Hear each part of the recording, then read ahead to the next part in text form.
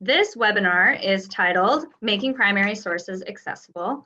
Welcome, and let's get moving. My name is Kara Knight. I work here at the Minnesota Historical Society and teacher education, and I'm also the project director for the Inquiry in the Upper Midwest Grant project, which this webinar is a part of. Before I worked at the Minnesota Historical Society, I worked for 6 years as a teacher of U.S. history and U.S. government. For the largest part of my tenure, for 5 years, I worked at a school that hosted a lot of foreign exchange students. Our students were 90% foreign exchange, which means they were 90% ELL, and we had English learners from the very lowest level all the way to fluent in multiple languages. So I'm hoping to draw upon that experience a little bit this evening to touch upon this idea of how to make primary sources more accessible for our students. The Inquiry in the Upper Midwest Grant is funded by the Library of Congress's Teaching with Primary Sources Grant Consortium. So it's a member of their consortium. Their objective as a large organization is to try and get primary sources into as many classrooms as possible. And our role in that is to deliver curriculum and professional development for teachers in Minnesota and Wisconsin with a focus on inquiry, primary sources, and culturally relevant pedagogy. We do this through multiple different features of our project. Right now we're running regional workshops across Minnesota and Wisconsin, where we're talking about inquiry and culturally relevant pedagogy and using primary sources to support both of those frameworks. We visited Green Bay, St. Paul, obviously, and we've also visited Duluth and Thief River Falls, and just had St. Cloud last weekend. We were in Rochester a few weeks ago, so those workshops are going on throughout this school year. We're also doing webinars. This is the first of 4 that will occur sometime before the end of September. We also have on our website some instructional materials, including a video series about culturally relevant pedagogy. We're also doing classroom observations, district in-service professional development in partnership with districts and summer institutes. So the goal this evening is to answer that question of how can we make primary sources more accessible. We're going to look at differentiation strategies to support inquiry using primary sources. The web link that you see on your screen is the link that will take you to the slides that I'm using for this presentation. Be aware that the link is case sensitive, so IUM needs to be capitalized. The W of webinar needs to be capitalized in order for it to work. It will bring you directly to these slides and you can kind of follow along. I encourage you to do this because you can follow along as I talk, and you can click on the links that I've included and look into where all the primary sources come from. All of the primary sources will be linked. And so you can kind of explore those resources with a little bit more detail as we go on. So the Library of Congress describes primary sources as the raw materials of history, so original documents and objects which were created at the time under study. Ithaca College Library describes them as primary sources as direct or firsthand evidence about an event, object, person, or work of art. So again, I'm seeing a lot of those same words that you guys offered up as well. An actual item that has survived from the past, such as a letter, photo, tool, or article of clothing. That is from the Minnesota Northern Lights textbook. And primary sources are materials directly related to a topic by time or participation.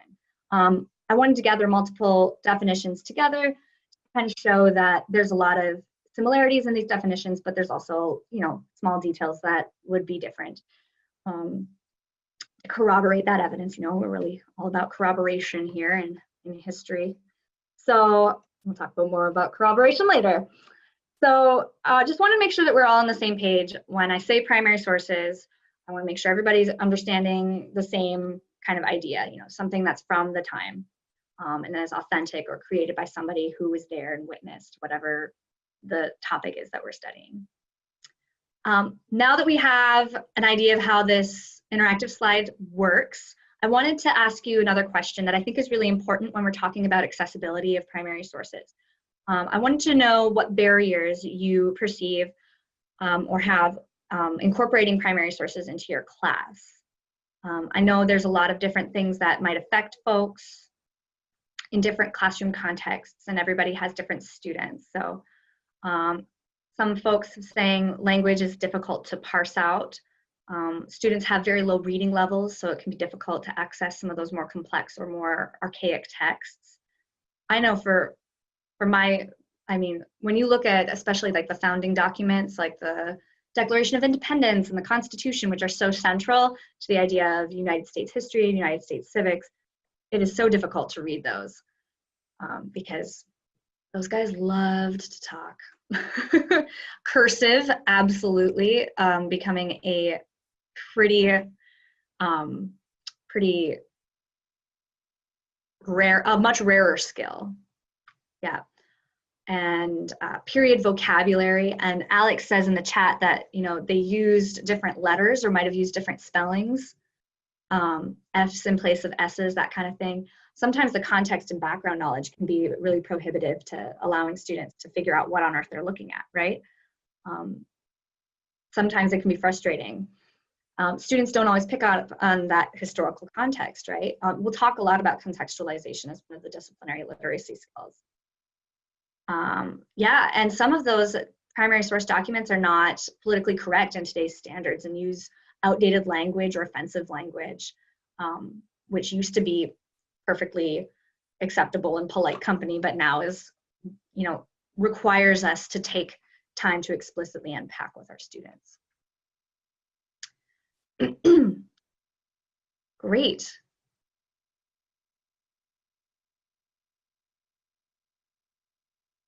So I did a survey about this a few years ago, and these were some of the results that people gave to what is difficult about using primary sources. And a lot of folks said that the reading level was too difficult for their students. But there's also kind of, again, a lot of these things that you guys also mentioned: lack of context, lack of, like, some people felt like it took too much prep time to get these sources in a place where they were accessible to students. It was difficult to differentiate them. Many folks felt like the sources that they had presented to students were not engaging or relevant, and students were having a hard time feeling like, why do I care about this? Why should I care? A lack of critical thinking skills to really analyze and make sense of documents, and then not enough class time. So these are some of the things that a lot of folks are struggling with and kind of have to contend with when bringing primary sources into the classroom.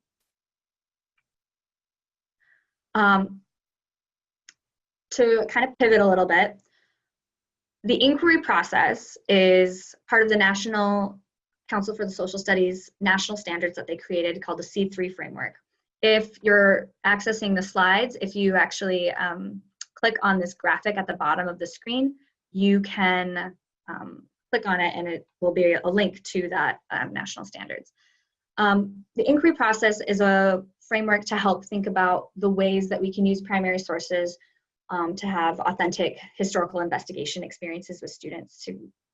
This is one way to address that engagement or relevance piece, rather than presenting students with information that they then absorb, internalize, and somehow repeat back in an assessment. The inquiry process engages them in the process of investigation. I think that this inquiry process is pretty familiar to anybody who's been in a school with a STEM initiative or folks who do History Day. The first thing that a student will do in an inquiry process, or that a classroom will do, is that we ask questions. The Right Question Institute, and I'll kind of write that in the chat box as well, but the Right Question Institute is an excellent resource for strategies to help teach students how to ask good, deep questions. The second step is to find sources. This can be really difficult for us as teachers to find sources that are accessible to our students and to help them access information in a way that's differentiated for the many different students in our classroom. Analyzing sources is also one of those things that takes practice over time, right? So this inquiry process isn't something that we just do and then we're like, okay, we did it, now we're done, now we know how to do it, right? It's a practice, it's something that we do over and over again, and support students and scaffold really highly at the beginning and then slowly take away those scaffolds as students become more adept at doing this process. The final step of the inquiry process is to act, to communicate or act upon the information that students have found. And I think especially if you're having students ask questions, having them take action at the end, those two steps really have a strong relationship with each other for success. The more that students are asking the questions, the better that they're going to be able to see the relevance of the information that they gather and apply it in a way that is meaningful to them to take action. Action can be one of the more difficult steps of the inquiry process, just by virtue of the fact that schools, as like a broad sense, tend to prioritize order over kind of liberty and this idea of being able to change and influence your environment. So one of the things that I was thinking about as I was putting this together was I was thinking about what kinds of sources we might tend to be familiar with. And I tend to kind of gravitate towards founding documents because they are so difficult to read. But in honor of Black History Month, I thought I would grab the I Have a Dream speech from the March on Washington in 1963. The text of this primary source is long, it's dense, and it definitely has a pretty specific context that students may not really understand without some pre-teaching. In addition, the language that's used is very difficult for many students. So then I'm thinking, so I started thinking about, well, what would I need to help students of lots of different levels be able to access this text, right? One way to think about it, and I'm sure many of you have done this when teaching this kind of document, is to play the recording of the speech while we're reading along, and then you can kind of hear the way that he says the words, and you can kind of get that emotional sense of these words and what it meant to people who were there, and a little bit closer to what that experience might have been like, building that empathy. But I think there are a lot of other ways you can use primary sources to get at the same ideas. What is the dream? What is the purpose of this March on Washington in other ways, and to establish that context. For example, you can use photographs of protest signs. I think these photographs and these signs are really clear about what they are marching for. Like, they're really clearly saying, we march for integrated schools now. We demand decent housing. We want equal rights. Like, these are what the things that we want. We're being very clear here, right? They're very organized. Another photograph here, you can see all of the folks with their signs and all of the different causes that are being wrapped up together in this larger civil rights movement. I love this button because it has the name of the entire march, not just the March on Washington, but the March on Washington for Jobs and Freedom, which again helps us connect to what the objective was for this day, what they were there to do. Whenever I'm talking about making primary sources or texts more accessible, Newsela or Newsela always comes up. I'll type it into the chat box here. Newsela has a really robust collection of primary sources, and if you haven't used it before, the website basically puts together texts and then creates leveled versions of the texts. So this, when you're on the website, you can drop that down and change the difficulty of the text so that you can differentiate between your the different levels of readers. And you can even have it translated into Spanish for folks for newcomer students from Spanish-speaking countries. So they have the I Have a Dream speech on there. So that's another way to take a look at that primary source. Oral histories are also excellent. If you're in the slides, you can click on these pictures and they'll take you to where the sources came from. This particular photograph is from a collection of oral histories from people who were at the march and talking about what the march meant to them and what their experience was like. So another way to really establish that context. And I love broadsides, not just the newspaper article confined, right? So not just this brief article here, right? But in context, again, we can start to look at the context of this event by looking at the whole front page of the newspaper and being able to see what else is going on at the time. So there's just a few ideas and a kind of overview of some of the different ideas and strategies about primary sources.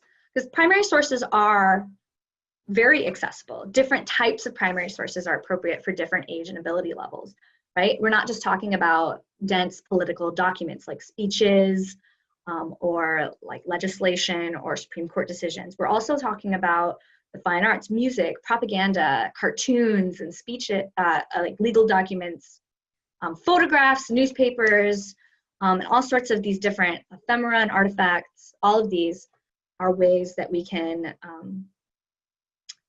bring history alive for our students. And primary sources are accessible in that all students can analyze primary sources with varying levels of support. Last year, we visited a kindergarten classroom in Grigla, Minnesota, where the teacher was showing his students this photograph of this toy Halloween display in a window, and students were just simply going through identifying what they saw in the image. And the teacher would write down what they saw on the Post-it note and hand it to the student. The student would walk up with their marker and they would write the word. So they were practicing their letters and their handwriting and their spelling while they were analyzing this source. From a language and literacy lens, if we're going to scaffold and support students working with primary sources, we need to think about what language skills they need in order to communicate with us about their learning. I don't know about you, but my experience as a student, when it came to analysis, I was not explicitly taught how to analyze things. I was just asked to do it over and over and over again, and I was assessed over and over and over again. And by looking at the feedback and trying to figure out how on earth do I get an A in this, I figured it out. But I wasn't explicitly taught how to analyze things. So it was difficult for me as a teacher to figure out how to teach students how to analyze things because I had not had an explicit education in how to do that as a student. So one of the things that I learned from our English language specialist at the school was about how students communicate. And they speak and they write when they're telling us about their learning. And they listen and they read when we're trying to give them information. So if we're thinking about those different modes of communication, how do we support that ability to absorb and take in that information and then to communicate back about what they've learned if we want them to analyze things? So the strategies that I put together for this presentation have a lot of connections to these skills. I'm also connecting to disciplinary literacy in history education. We've talked a lot about these things already. Contextualization has come up, corroboration has come up. These are just the kind of practices that we use to investigate primary sources and to analyze them and to draw conclusions based on the evidence. Sourcing is all about reading for perspective and looking at a document to figure out where it came from, and contextualization is about reading for context and figuring out what was going on at the time. How does this event interact with other events and things? If you can hear that knocking, it's my son. He's trying to get at me. He's very upset. No worries. Corroboration, of course, looking for reliability and reputability. This couldn't be more relevant of a skill at this time. Everybody's talking about fake news and figuring out how we can get and teach our students to figure out what in this vast internet of information is true and what is not so true. And then close reading, reading for persuasion, and reading again to figure out what this person at this time was trying to say, and to really like pull out and parse out that perspective So let's get started. Let's take a look at some of these strategies. The first source I wanted to show you as an example is a propaganda poster from 1943. And we're going to source this, this document. We're just going to look at, who made it, why was it made, where was it made, when was it made, right? Using those 5 W's. And then we're going to use that information to start to draw some inferences about the author's perspective. I've created a graphic organizer, and if you click on the link within the slides, it will take you to a document that has all of the graphic organizers, and I'll send this link out in the group chat as well.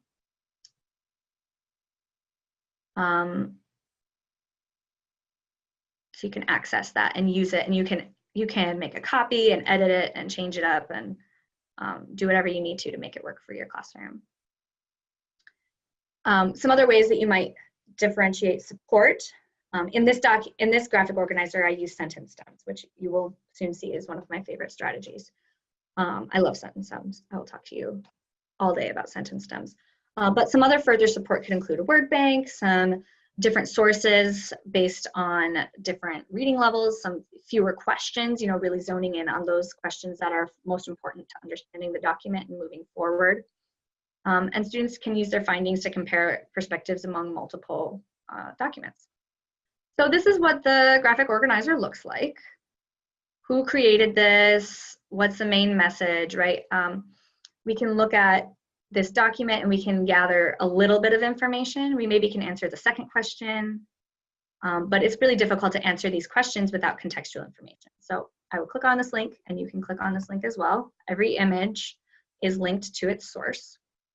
And I can take a look at this document with its contextual information attached.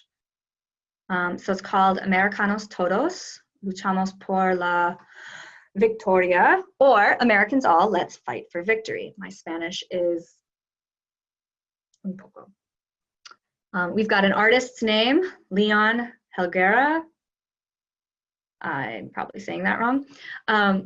And also the publisher is the US Government Printing Office. So we know this is a US government created poster. I can see that it's from California because it's from the Calisphere Online Archive. And so it was made in 1943. If I look back at my questions, I can answer now. I can answer first question, the second question probably, the third and fourth question. Where, I could say California maybe, but definitely in the United States. Why was it created? I can start to kind of figure out, but I might want to do a little bit of, I might need a little bit more context to understand this. So one of the things that I did while I was preparing for this was I just tried to figure this out. I was like, California, searched 1943, like what was going on in California in 1943? And it was really interesting. In Wikipedia, they have a category for this, and you can see all sorts of different articles. And I found the Zoot Suit riots, which were a series of conflicts in June of 1943 in Los Angeles, California, where American servicemen got into a big conflict and beat up a bunch of Mexican American youths and other minorities over wearing zoot suits, which are these big, as you can see in the photograph, giant suits that are really oversized. The article goes on to talk about how, fabric was, using all this fabric was considered unpatriotic because fabric was being rationed, and that, there was a lot of, thank you, Alex. There was a lot of racism against Mexicans and Mexican Americans at this time. And so set within that context, we can start to really see what this poster is really trying to get at here. It's really trying to prioritize things. Now I can kind of start to figure out, why was this created, in response perhaps to the Zoot Suit riots, trying to figure out, and can think about the US government wanting to encourage folks in the communities near the border to ensure that people are getting along, that they're focused on the war effort, not focused on these like internal conflicts. So those are the questions that students are kind of looking at. I created a bunch of sentence stems for them to dig into those questions more deeply. I think sentence stems are really helpful for any student, regardless of their language level or their developmental level. I think that these are just really good tools for everybody, because it teaches students how to write and to write well. And so like, if I were to say who created this and I didn't have that sentence stem there, I'm pretty sure most everybody would have written the name of the person. They wouldn't have written a complete sentence. I can start to create a culture in my classroom around writing in complete sentences, writing completely, and practicing that good writing skills within this kind of context by providing that model. But then I'm also not telling them the answers. I'm just providing a structure within which they need to create answers. For the main idea or message, instead of jotting down a few ideas, now I'm asking them to identify what the main idea is and to explain how they know that based on the evidence in the document. When I go down to the perspective, I'm thinking about, how do I answer that question? If I'm thinking about just a general author, what's going to influence their perspective is the kind of their role in society or their place in society. So I'm thinking about social status markers that might include income, race or gender, ethnicity, age, sexuality, ability, religion, occupation, all of these different things and more. In this case, the author or the publisher, more importantly the publisher, but also the author has, you know, a Hispanic sounding name, which could suggest part of his perspective. But the publisher is really the driving force as to the content of this poster. So I'm thinking of the author as the US government publishing office. And they are, you know, very clearly interested in the government intentions and the war effort, right? So I know that those, that part of that group's identity or their function is deeply influencing the message that they're trying to send to people. And then for the reliability question, I could have asked, is this source reliable? Why or why not? But then that is a yes or no question. So I'm gonna get a lot of yes and a lot of no. And like, because it's propaganda, or, you know, like some of these really abbreviated responses that can be frustrating. You're like, just answer the question completely. Please, somebody please just use a proper noun. I find that students always say they or him. I'm like, who are you talking about? So by asking to what degree is it reliable and providing a sentence structure for them to understand what I mean by that, I don't necessarily have to explicitly teach what I mean to what degree. I don't necessarily need to explicitly teach how to answer that kind of question because I'm providing this structure. And I can kind of help lean on that structure, and that'll save me a little bit of time. And then students can practice that. And then as they practice this throughout the school year, you start to pull away some of these scaffolds. The sentence structures become, are less frequent, or there's less information, or they're less broken up, right, for them. So in this sentence stem, they're answering the question, the source is most likely, and now they have to kind of be more complicated in their response. It's not just yes or no now. It's not at all reliable, a little reliable, somewhat, mostly, or completely reliable. Now they have to add some complexity here, and they need to justify. I think this is an important thing to do, because when you ask students if something is reliable and they say yes, they're like, yes, it's perfect, all true, 100% true, and we can trust it. And they just kind of take everything it says for granted. And if they say it's not reliable, they're like, it's garbage, it's trash, it's all lies, and they just throw it out the window. So I think teaching them that contingency is helpful to allow them to start to see the complexity of perspective, and to see that perspective doesn't necessarily mean everything is right or wrong, which is a long practice and process. Are there any questions at this point about this example or this structure?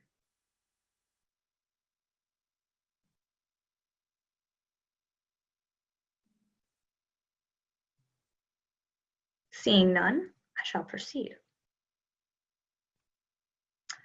Contextualization was something that came up when we were talking about the barriers to using primary sources in the classroom. So one of the strategies that I mentioned in the introduction was using broadsides, using like the whole front page as a primary source to take a look at an event in context. I think a good way to do that is to use local sources. So if you're from Bemidji, you would use a newspaper from Bemidji to talk about this national idea of the end of World War I, which is the source that we're going to take a look at here in a second. Things that students should be able to do in terms of doing this disciplinary literacy skill of contextualization is that they should understand how context impacts a document's content. So seeing those connections can help them understand why the author is saying what they're saying, and why that's important to them, or what their messaging is and how they communicate. That context is a huge part of making sense of the document. And then understanding that documents are a product of their time. You know, we can have some opportunities to unpack some of the things that were going on at the time that might seem weird or offensive or unacceptable to in our current time. And then, you know, we can start by naming the document's time and place, and then in group, students will, in this strategy, they'll be speaking. So we're going to provide some support for them to speak and to talk about the document. And so that they can use these talking chips to complete some sentences out loud. I think that this is a good strategy as well to hold some students accountable. I don't know about you, but when I was in school, I was the kid who talked the whole time. Shocking, right? Can't believe it. And then there's also students who just don't want to talk, you know, and they're shy, or they feel uncomfortable, or that they just communicate better in writing. There's lots of different contingencies here, but we got to practice all of those different types of communication skills. So we've got a document here, and I'm not just sharing the main article of, you know, talking about the armistice of World War I and the end of the war, but I'm giving it in context, in the context of the newspaper. And it's really a really fun source because when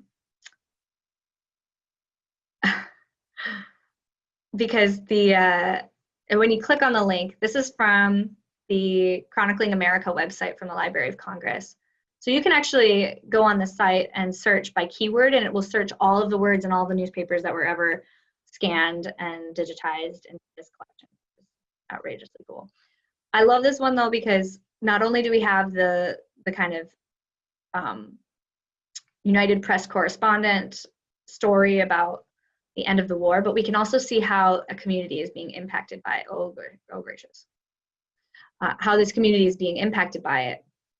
So the Pioneer gives Bemidji news of the armistice, and so they talk about how Bemidji responds to the message that the war is over. And over here, Bemidji now has a new Liberty Bell. This article is about how they hit the fire bell so hard that they put a crack in it because people were so excited. You know, schools are closed for a while. Who knows when they'll open again? Sounds like winter in Minnesota, right? It's actually November, I believe, when the armistice occurs. Yeah, November 11th, 1918. So we can start to see not just what happened, but what it means to people in a community, which I think is super exciting and helps create that context for students to discover. Some of the language in the newspapers are difficult to read. So depending on what you want them to do and how deep you want them to go, you may have to help support that by supporting with excerpts or highlighted places where you want them to look. You know, you could highlight pieces of it, giving more vocabulary support, that kind of thing.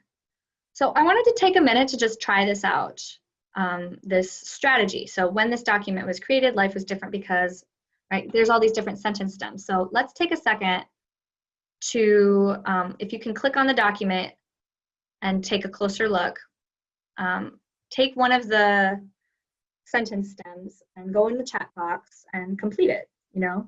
For example, I'll type in something in the chat box as well. And I'm gonna change my share so that everybody can see the chat box on the screen. Okay. So maybe I'm gonna say the author might have been influenced by a relative who was fighting in the war abroad. This might have made them really excited and eager to report that the war was over. You know, so grab one of these sentence stems and complete it. Type up your response in the chat box, and I will monitor that and read them aloud because I feel uncomfortable with silence. I'm going to let that chat thread continue. And I just wanted to kind of point out another idea or way that you could use broadsides to get at some perspectives and some context. Another newspaper that I found when I was searching for newspapers that had to do with the armistice was a German language local paper from, I think it's St. Cloud. And I got really excited and interested in this newspaper that I found. I found it on the Minnesota Digital Newspaper Hub. Megan says the document would be different today because by not using the word Huns, which would be considered derogatory by modern standards, absolutely. So this German language document, to be clear, I do not speak German at all. But I was excited and entranced by it because it says at the very top of it, true translation, filed with the postmaster at St. Cloud, Minnesota on November 14th, 1918, as required by the Act of Congress on October 6th, 1917. So the entire thing is completely in German except for that one phrase, which I found to be really interesting and speaks to a context of nativism and anxiety about German people in our communities here in Minnesota during World War I. I don't speak German at all, to be clear. Alex says we have to know what the Germans are saying amongst themselves, right? Absolutely. I'm gonna just share my screen a little differently so that we'll all have the chat box on our own screens now. Okay, so you can see, so I think this is an interesting feature that I just wanted to show you because I think it's a neat trick. And students could do this in the opposite direction. If students are literate and reading, able to read and write in their first language, you can use this copy text feature at the Minnesota Digital Newspapers Hub to highlight text. Let's see if I can do this here. Highlight text across the page, and it will type it up for you. And then at the bottom, it has a Google Translate feature. So I can simply click on that, and it'll translate what this says to me, for me, kind of. The font of this particular newspaper is not so great, not super helpful. But I went in there, and I got really jazzed about this idea. And so then I went in there, and I figured out what it should be by process of deduction. Again, I speak zero German, and I fixed that transcription to be able to read the headlines. It says, "Peace on Earth, Germany signs weapons access conditions. Kaiser Wilhelm and Crown Prince renounce regent right. Revolution brings social democracy into the saddle. And then I got really excited about researching the idiom into the saddle, because I thought that doesn't make sense. That has to be an idiom, a German idiom. What does that mean? And it might kind of, like gains an advantage or something like that, which all of these things are so interesting, but also super different from what we're seeing from the Bemidji source. So really an interesting way to think about this. When I was teaching in the foreign exchange classroom, I had lots of students who spoke all sorts of different languages. So I would have had students who spoke German. And if I were to give this type of source in that classroom, all of a sudden that German student becomes kind of empowered as the person who can help everybody access this document. So I think that's something that can be pretty powerful for a student who's struggling. Corroboration,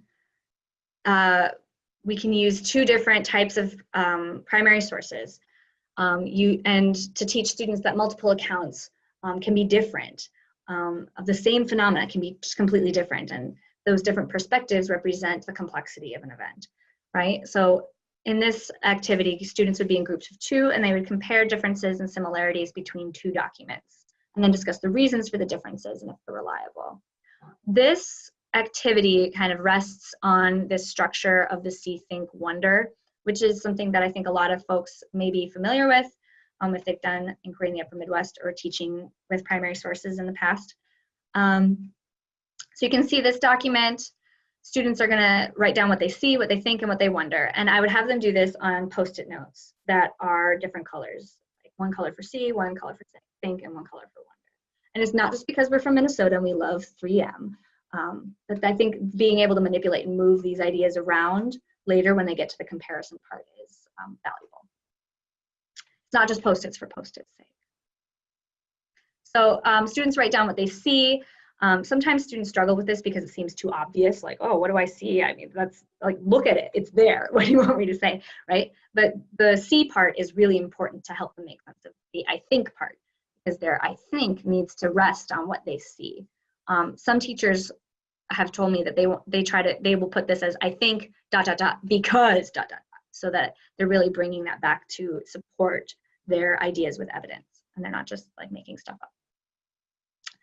So I see people lined up in front of a boat, and Uncle Sam is there, and there's an American flag, and there's some scary clouds with a weird like personification of doom or something coming at them. I think that these are immigrants because they seem to be getting on a boat and they've got all their stuff with them, so we can kind of come up with that. And then the I wonders are for their questions to kind of figure out, okay, well, what information is missing? Obviously, we can't tell everything about something from one source.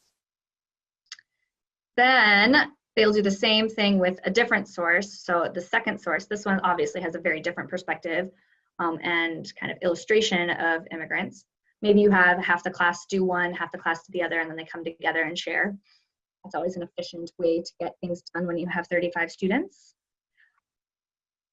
And then, so they do their analysis individually. Then they can take that analysis together and do sort their ideas and their Post-its with things that are the same and things that are different about these documents. Then they come into this idea of, okay, what are the reasons for the differences? What other documents might help us understand what's this story? And so thinking about, depending on how you would implement this activity, you would need to think about what language do students need to answer these two questions. Are they going to be speaking to each other in a group and talking about it and kind of coming to consensus or sharing with the larger class? Are they going to be writing this down on a graphic organizer? What support would they need to ensure that they're able to answer these questions the way that you intend them to? Seeing that our time is running short, I'm going to continue on my merry way and close with the last activity, which is close reading. Protest signs, I think, are a really valuable way of looking at a complicated issue in an accessible way. So we've designed for this literacy skill a vocabulary jigsaw where different students would have different protest signs they would look at and then kind of pick apart the vocabulary and define those and then share it amongst themselves. Students are analyzing for claim, evidence, and warrant. So claim is like, this is what we want. The evidence is, you know, proving that that claim is a viable idea, and the warrant is that connection between the two. This is how the evidence supports the claim. Then they identify words and phrases to support student assertions about what the author is claiming. So really picking apart that text.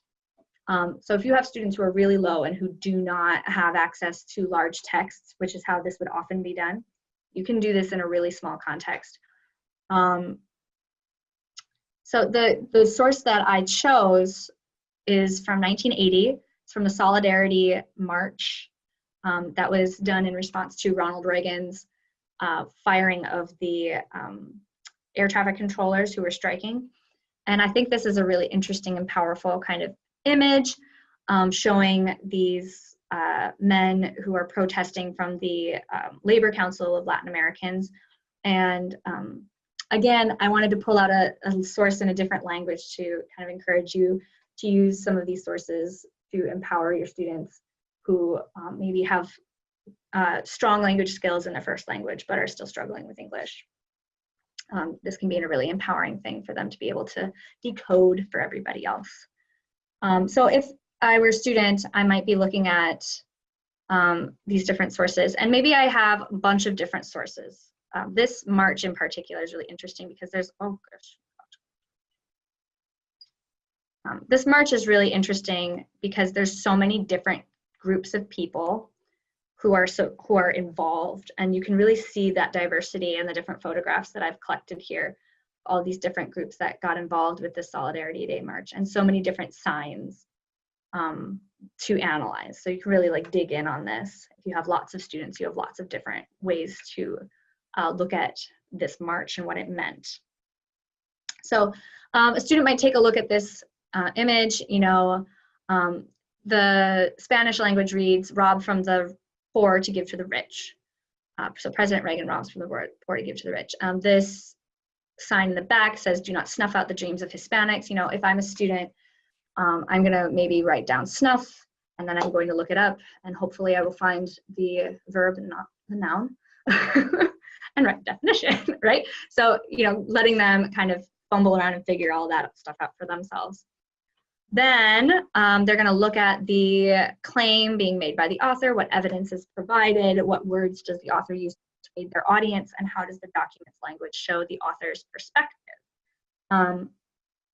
In the document that's linked, and I'll send this also to you in email, there is sentence stems, again, to support this, this investigation of these ideas. And so they can write that down and kind of really dig into what these people are trying to get at in their, in creating these signs and going out to try and take action towards something that they feel is unjust.